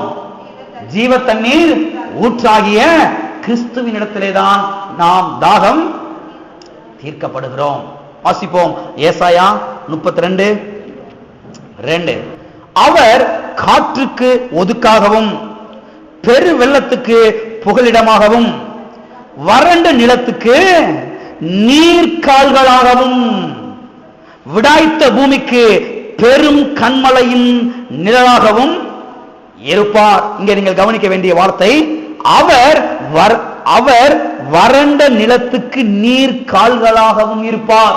ஏதாவது சொல்லுங்க, அவர் வறண்ட நிலத்துக்கு நீர் கால்களாகவும் நீர் ஓடைகளாகவும் வாய்க்கால்களாகவும் இருக்கிறார். இங்க பாருங்க, ஆண்டவராய் இயேசு கிறிஸ்துவை குறித்து ஏசாயா தீர்க்கதரிசி தீர்க்க தரிசனமாக சொல்லுகிறான். என்ன சொல்லுகிறான்? கிறிஸ்து வறண்ட நிலத்துக்கு நீர் கால்களாக இருக்கிறார் என்று சொல்லுகிறான். எனவே பாருங்க, கிறிஸ்து தான் வறண்ட வாழ்க்கைக்கு நீரூற்றாக இருக்கிறார். வறண்டு போன குடும்பத்துக்கு கிறிஸ்து தான் ஜீவ நீரூற்றாக இருக்கிறார். வறண்டு போன பிசினஸுக்கு கிறிஸ்து தான் ஜீவ நீரூற்றாக இருக்கிறார். வறண்டு போன தொழிலுக்கு, வறண்டு போன வியாபாரத்துக்கு கிறிஸ்து தான் ஜீவ நீரூற்றாக இருக்கிறார். இவரை சார்ந்து கொள்ளும் பொழுது நம்முடைய வாழ்க்கை செழிக்க ஆரம்பிக்கிறது, நம்முடைய குடும்பம் செழிக்க ஆரம்பிக்கிறது, நம்முடைய வியாபாரம் செழிக்க ஆரம்பிக்கிறது, நம்முடைய தொழில் செழிக்க ஆரம்பிக்கிறது, நம்முடைய பிசினஸ் செழிக்க ஆரம்பிக்கிறது. யாரை சார்ந்து கொள்ளும் பொழுது? ஜீவ நீரூற்றாகிய கிறிஸ்துவை, ஜீவ நீரூற்றாகிய கிறிஸ்துவை. அவர் வறண்ட நிலத்துக்கு நீர் கால்களாக ஒன்று செய்கிறார், இருக்கிறார். ஆகவே பாருங்க, கர்த்தர் என்ன பண்ணுகிறார் என்று சொன்னால், அமர்ந்த தண்ணீர்கள் அண்டையில் கொண்டு போய் விடுகிறார். எங்க கொண்டு போய் விடுறாரு? இந்த ஆடுகளுக்கு அமர்ந்த தண்ணீர் என்பது மிக மிக முக்கியம். போன வார்த்தை சொன்ன இல்லையா, அது இறைச்சல் அதிகமான இடத்துல போய் தண்ணி குடிக்காது. வேகமாக ஓடக்கூடிய தண்ணி எங்க இருக்குதோ அங்க போய் குடிக்காது. எங்க ஓன்னு சத்தம் கொடுக்குதோ அப்படிப்பட்ட இடத்துல போய் தண்ணியை குடிக்காது. ஏன்னா அதுக்குள்ள ஒரு பெரிய பயம். ஏன்? ஒன்று, இந்த ஆட்டின் மேலே ரோமம் ரொம்ப அதிகமா இருக்கும். ரெண்டாவது, இந்த ஆட்டினுடைய தோல் ரொம்ப கனமாக இருக்கும். இந்த ஆடுகளுக்குள்ள என்ன ஒரு எண்ணம், நம்ம தண்ணியை குடிக்க போய் தண்ணிக்குள்ள தவறி விழுந்து நனைஞ்சு ரொம்ப வெயிட் ஆகி அப்படி மூழ்கி செத்து போயிருமோன்ற ஒரு பயம். எனவேதான் பாருங்க, இறைச்சல் அதிகமான இடத்துல போய் இந்த ஆடுகள் தண்ணி குடிக்கவே குடிக்காது. அமர்ந்த தண்ணீர் எங்க இருக்கிறது, மெதுவாக எங்கே தண்ணீர் ஓடுகிறது அங்க போய் தான் வாயை வச்சு என்ன செய்யும், அப்படி இலைப்பாரி குடிக்கும். இலைப்பாரி இதை போலதான் மனுஷனுக்கு இந்த அமர்ந்த வாழ்க்கை என்பது, சமாதானமான வாழ்க்கை, நிம்மதியான வாழ்க்கை என்பது ரொம்ப ரொம்ப முக்கியம். உலகத்துல பலவிதமான இறைச்சல்கள் இருக்கிறது, பலவிதமான சத்தங்கள், பலவிதமான காரியங்கள் நடக்குது. அதாயிரு இதாயிரு செத்து பெருமாண்டே போட்டுறோம், வியாதி, பயங்கர பிரச்சனைகள். ஆனா கவனிங்க, இந்த அமர்ந்த தண்ணீர் எங்கே இருக்கிறது? கிறிஸ்துவினிடத்திலே இருக்கிறது. நல்ல மெய்ப்பனாகிய இயேசுவினிடத்திலே இருக்கிறது. எனவே பாருங்க, பயங்கள் எல்லாத்தையும் போக்கி ஒரு நிம்மதியான இடத்திற்கு நம்மை கொண்டு போய் விடுகிறார். ஆமென். பயத்தெல்லாம் நீக்கி நிம்மதியான இடத்துக்கு செய்கிறார், நம்மை கொண்டு போய் விடுகிறார். நம்முடைய ஆத்துமாவை திருப்திப்படுத்துகிறார், நம்முடைய உள்ளங்களை திருப்திப்படுத்துகிறார், நம்முடைய தேவைகளை சந்திக்கிறார். எல்லா விதத்திலையும் நம்ம என்ன செய்கிறார்? அவர் நிறைவாக்குகிறார். ஆமென். அதெல்லாம் சங்கீதக்காரன் தாவீது சொல்கிறான், அவர் என்னை புல்லுள்ள இடங்களில் மேய்த்து அமர்ந்த தண்ணீர்கள் அண்டையில் என்னை கொண்டு போய் என்ன செய்கிறார்? விடுகிறார். ஆங்கிலத்தில் எப்படி வருகிறது? அமர்ந்த தண்ணீர் அண்டையில கொண்டு போய் என்ன செய்கிறார்? அப்படி என்னை படுத்து உறங்க வைக்கிறார். படுத்து உறங்க வைக்கிறார். ஆமென். எல்லாரும் கரங்களை வைத்து சொல்லுவோம், நல்ல மேய்ப்பனே, நீர் என்னை நடத்தும், நீர் எனக்கு பாதை காண்பியும், வெற்றியின் பாதையிலே, ஆசீர்வாதத்தின் பாதையிலே, நல்ல பாதையிலே, சமாதானத்தின் பாதையிலே, செழிப்பின் பாதையிலே, ஆரோக்கியத்தின் பாதையிலே, பாதுகாவலின் பாதையிலே என்னை நடத்தும். ஆமென். எல்லாம் எழுந்திருப்போம். அடுத்த வாரத்திலே 3ஆம் வசனத்தை நாம் பார்ப்போம். அடுத்த வாரத்திலே 3ஆம் வசனத்தை நாம் பார்ப்போம். எல்லாரும் கர்த்தரை ஸ்தோத்திரிப்போம். கர்த்தர் நல்லவர். ஹல்லேலூயா. ஓ உமக்கு நன்றி ஆண்டவர். எல்லாரும் கரங்களை உயர்த்தி கர்த்தருக்கு நன்றி செலுத்துவோம். நல்ல மேய்ப்பனே, பாதை உமக்கு தெரியும். நான் மனுஷன், எனக்கு சில சமயம் பாதை தெரியல. ஆனா பாதை உமக்கு தெரியும். எந்த வழியில போனா நான் வெற்றி பெற முடியும், எந்த வழியில போனா நான் ஷைன் பண்ண முடியும், எந்த வழியில போனா நான் சக்சஸ் பண்ண முடியும், எந்த வழியில போனா நான் ஜெயிக்க முடியும் என்பது உமக்கு தெரியும். எனவே நல்ல மேய்ப்பனே, என்னை உங்களுடைய கரத்திலே அப்படியே அர்ப்பணிக்கிறேன். இன்றைக்கு நீ அப்படியே ஒப்பு கொடுக்கிறேன். நீர் என்னை நடத்தும், நீர் என்னை ஆண்டு கொள்ளும், நீர் என்னை ஆண்டு கொள்ளுங்க தாவே. நல்ல மேய்ப்பனே, என்னுடைய தேவைகளை நீர் சந்தியும், என்னுடைய எல்லா தேவைகளையும் நீர் சந்தியுங்க தாவே. வேத வாக்கியங்களை எனக்கு விளக்கி காண்பியும், வேத வாக்கியங்களை எனக்கு வெளிச்சம் போட்டு காண்பியும். சத்தியத்தின் ஆழத்தை நான் பார்க்க எனக்கு உதவி செய்யுங்க தாவே. வேத வசனத்தை நான் வாசிக்கும் போது மேலோட்டமா வாசிக்கிற நிறுத்துகிறேன். கொஞ்சம் டைம் எடுத்து அது ஆழமாய் நான் படிக்க ஆரம்பிக்கிறேன். ஆண்டவரே, ஆழத்தை ஆழம் கூப்பிடுகிறது. ஆழத்திலே அவருடைய அதிசயங்களை காண்கிறார்கள் என்று நாங்கள் சத்திய வேதத்திலே வாசிக்கிறோமே. சத்தியத்தின் ஆழத்தை நான் பார்க்க எனக்கு உதவி செய்யுங்க தாவே. சத்தியத்தின் ஆழத்தை நான் கண்டு கழிகுற, நான் மகிழ்ந்து பாட எனக்கு உதவி செய்யுங்க ஆண்டவரே. சத்தியத்தை அறிந்து கொள்ள எனக்கு உதவி செய்யும். அதற்குள்ளேதான் என்னுடைய எதிர்காலம் இருக்கிறது, அதற்குள்ளேதான் என்னுடைய வெற்றி இருக்கிறது கர்த்தாவே. ஓ உமக்கு நன்றி ஆண்டவரே, நன்றி ஆண்டவரே, நன்றி ஆண்டவரே, நன்றி ஆண்டவரே, நன்றி ஆண்டவரே, நன்றி ஆண்டவரே, நன்றி ஆண்டவரே. ஓ உமக்கு நன்றி. நல்ல மெய்ப்பரே, என்னுடைய தேவைகளை நீர் சந்தியும், என்னுடைய குறைவுகளை நீர் நிறைவாக்கும். அவர் என்னை புல்லுள்ள இடங்களில் மேய்த்து அமர்ந்த தண்ணீர்கள் அண்டையில் என்னை கொண்டு போய் விடுகிறார். ஓ உமக்கு நன்றி, உமக்கு நன்றி ஆண்டவரே. ஜீவ ஊற்றே, உம்மை நான் பற்றி கொள்ளுகிறேன். உம்மை விட்டு ஒரு நாள் நான் போக மாட்டேன் ஆண்டவரே, உம்மை விட்டு ஒரு நாள் நான் போக மாட்டேன். உம்மை பற்றி கொள்ளுகிறேன். உமக்காக நான் வாழுவேன் ஆண்டவரே. நான் உண்மை சார்ந்து கொள்கிறேன். அந்த ஆடுகள் எப்படி அந்த மேய்ப்பனை சார்ந்து கொள்கிறதோ அதை போல நான் உண்மை சார்ந்து கொள்கிறேன். என் சுய புத்தியை நான் கீழே இறக்கி வைக்கிறேன். என்னுடைய சுய பலத்தை, என்னுடைய சுய திறமைகளை நான் கீழே இறக்கி வைக்கிறேன் ஆண்டவரே. அதனாலதான் ஒருவேளை நான் தோத்து போயிட்டேனோ, வாழ்க்கையில எத்தனையோ காரியங்கள் நான் தோத்து போனது காரணம் நான் என் சுய புத்தியை சார்ந்து கொண்டனாலயோ, எனக்கு எல்லாம் தெரியும் என்று நினைச்சனால ஒருவேளை தோத்து போயிட்டனோ. கர்த்தாவே எனக்கு உதவி செய்யும். என் சுய புத்தியில நான் சார்ந்து கொள்ள மாட்டேன். நான் உண்மை சார்ந்து கொள்கிறேன். உம்முடைய வார்த்தையை சார்ந்து கொள்கிறேன். உம்முடைய அபிஷேகத்தை சார்ந்து கொள்கிறேன். உம்முடைய ஞானத்தை நான் சார்ந்து கொள்கிறேன். உம்முடைய பலத்தை நான் சார்ந்து கொள்கிறேன். நீர் எனக்கு பாதை காண்பியும், நீர் என்னை நடத்துங்க தாவே. நீர் எனக்கு உதவி செய்யும். நீர் எனக்கு அந்த காரியத்தில் வெற்றியை தாருங்க தாவே. என்னுடைய வாழ்க்கையை அப்படியே அர்ப்பணிக்கிறேன். ஓ உமக்கு ஸ்தோத்திரம், உமக்கு ஸ்தோத்திரங்க தாவே. ஓ உமக்கு நன்றி ஆண்டவரே, நன்றி ஆண்டவரே, நன்றி ஆண்டவரே, நன்றி ஆண்டவரே, நன்றி ஆண்டவரே, நன்றி ஆண்டவரே. எங்கள் அன்பின் பிதாவே, கர்த்தராகிய இயேசு நாமத்தில் உம்முடைய சமூகத்தில் நாங்கள் வருகிறோம். நல்ல மேய்ப்பரே, கர்த்தாவே, நீர் எவ்வளவு நல்லவராக இருக்கிறீர். எங்கள் சந்தோஷம் நிறைவாயிருக்கும்படியாக நீர் எங்களுடைய தேவைகளை சந்திக்கிறீர். கர்த்தாவே, எங்களுடைய முட்டியெல்லாம் தேய்ந்து காய்த்து போன அதற்கு பிறகு எங்களுடைய தேவைகளை நீர் சந்திக்கிற தேவன் அல்ல. நாங்கள் கேட்கும் போதே எங்களுடைய தேவைகளை நீர் சந்திக்கிற தேவன்.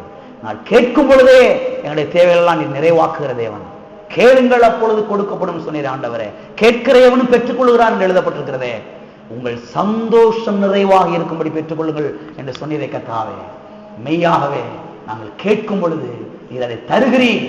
எங்களுடைய உள்ளம் சந்தோஷப்படும்படியாக, எங்களுடைய உள்ளம் மகிழ்ம்படியாக நீர் அதை தருகிறீர் கர்த்தாவே. ஓ, இந்த தெய்வீக அன்புக்காக ஸ்தோத்திரம் ஆண்டவரே. வந்திருக்கிற ஒவ்வொருவருடைய கருத்துல நாங்கள் கொடுக்கிறோம். உடைய தேவைகள் எல்லாம் சந்தித்தருளும். தோற்று போய் கிடக்கிற வாழ்க்கை ஜீக்கிட்டும் கர்த்தாவே. வெற்றி உள்ள வாழ்க்கையாய் மாறட்டும். 100% உண்மை சார்ந்து கொள்ள வந்திருக்கிற ஒருவருக்கு உதவி செய்யும் கர்த்தாவே. சுய புத்தியை கீழே இறக்கி வைக்கிறவர்களுக்கு உதவி செய்யும் தகப்பனே. ஸ்தோத்திரம். ஜீவ நீரூற்றாகி உண்மை இவர்கள் பற்றி கொள்ள பிடித்துக் கொள்ள இவர்கள் நீர் உதவி செய்யும் கர்த்தாவே. ஓ தேவனே, ஸ்தோத்திரம். நீர் இவர்களுக்கு பாதை காண்பியும். நீ இவர்களை நடத்தும். வெற்றியின் பாதையிலே, செழிப்பின் பாதையிலே இவர்கள் நடத்து கர்த்தாவே. அவ்விதமாய் செய்து உடைய நாமத்தை நீர் மகிமைப்படுத்துகிறீர். அதற்காக ஸ்தோத்திரம். இயேசுவின் நாமத்தில் பிதாவே. என் ஆத்துமாவே கர்த்தரை ஸ்தோத்திரி. என் முழு உள்ளமே அவருடைய பரிசுத்த நாமத்தை ஸ்தோத்திரி. என் ஆத்துமாவே கர்த்தரை ஸ்தோத்திரி. கர்த்தர் செய்த சகல உபகாரங்களையும் மறவாதே. நம்முடைய கர்த்தராகிய இயேசு கிறிஸ்துவின் கிருபையும் பிதாவாகிய தேவனுடைய அன்பும் பரிசுத்த ஆவியானவருடைய ஐக்கியமும் இப்போதும் எப்போதும் நம் அனைவரோடும் கூட சதா காலங்களிலும் இருப்பதாக. ஆமென்.